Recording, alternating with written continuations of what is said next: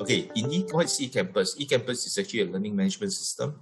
Now, what we've done now in BCM Institute with the new process is this. Everything that you need to know is here. You shouldn't deviate too much from the current. It's very similar to our current break mortar, but except now you're fed with all the information before you walk into the class. So again, the guiding principles, anything that can be read, don't waste our time doing here. Okay, so what are the key links that have? Just now the page called course content, you can click here, you go there. Just now the course requirement, which I mentioned to you, you click here, you go to the course requirement. Now some of you, what's my schedule? Okay, you are now in run 3. So you click here, you go to run 3, and then you see your detailed schedule, just in case you forget your link. Another useful documentation is called the BCMPedia. I hope you find that useful. It's actually an IT disaster recovery glossary. Everything on IT disaster, most of the terminologies are almost there. If you find that you miss one or two, any terminology, just write to me and we'll put it in. All right, so it's pretty comprehensive. Every month I'll update 1 or 2 new terms. Okay, the other thing is this, you guys, for all courses, the PowerPoint that's presented by the instructor will be available as a participant copy. So it is a copy that's available. Please note, for IP reason, it's not printable, it's readable. All right, then the next question asked is, for some of you who are doing the 2-day, not in this class, for some of you who are doing the 2-day course, means up to DCCS, what is the requirement for this certification? And the good news for you guys is when you finish your DRCE exam, once you pass it, automatically the institute will award you a DRCP, which both of you have finished as at midnight last night, I know. All right, so other useful information will be, this is one of the ISO standard which has been published and made available. You may want to take a look at this ISO standard. Okay. Now, when you go straight, like today's session, you got session 1. So what you need to do is, this is the lesson requirement. And you are supposed to download the assignment and then upload the assignment after this class. Okay, so when you finish, you're given 1 or 2 days to finish the assignment and then submit, basically, hopefully before the end of this week.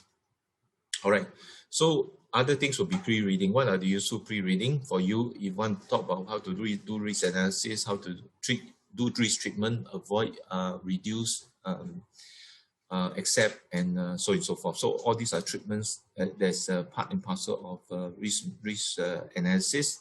And last but not least is that we have actually a set of guidance notes. Not perfect, not perfect. I need to warn you. My idea is this: when you will ask me a question, Dr. Goh, why am I paying you? I'm paying you to learn how to do risk analysis. Why are you asking me to do risk analysis before it come in? Right. So this is a very valid question. So I'm going to do the reverse. When you're filling up, I'm asking you take a form, fill up the form. When you have any question, the guidance notes, column by column, row by column by column, will explain to you. Now, the value in coming to this class is this. You are quite lucky. You don't have 18 people in the room. When 18 people in the room, everybody wants to ask one question. That goes my 3 hours straight away, right? So you have the luxury. But the idea is that when they come in, they've completed this and they say, "Hey, I've not done this. What is actually the requirement in the market? What's the best practice, and so on and so forth." So these are all the questions that is valuable to you, and that's the reason for attending this course. Okay, anything that you can read, please read. But I think the more important thing, whether you're very experienced or you're a rookie, it doesn't matter. All questions are valid because it closes the gap of your learning journey. Okay, then we have the business impact analysis. I call it application impact analysis, but I purposely put BIA because I want you to correlate the application impact analysis to BIA. Now, a lot of IT folks find it very difficult because they don't like to work with the business user. Let me share with you, there is no more argument about working with the user. You will work with the users. Okay, reasons because we are no longer on site. We are no longer there's no longer competency or consultants who have all the necessary skills to support you as and when you want. everything is going to be fairly remote, and so on and so forth. So more importantly, be very clear what needs to be protected or what needs to be recovered, and how long is their expectation or your expectation.